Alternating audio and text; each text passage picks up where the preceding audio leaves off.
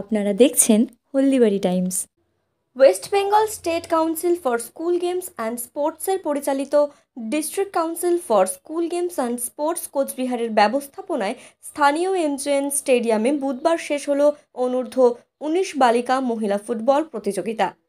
Final খেলায় পরস্পর মুখোমুখি হয় জলপাইগুড়ি জেলা বনাম পুরুলিয়া জেলা। নির্ধারিত সময়ে 2-1 গোলে পুরুলিয়া জেলাকে হারিয়ে চ্যাম্পিয়ন হয় জলপাইগুড়ি জেলা।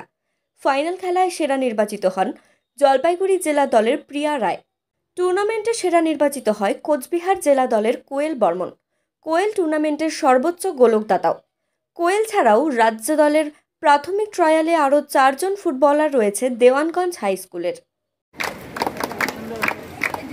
আমরা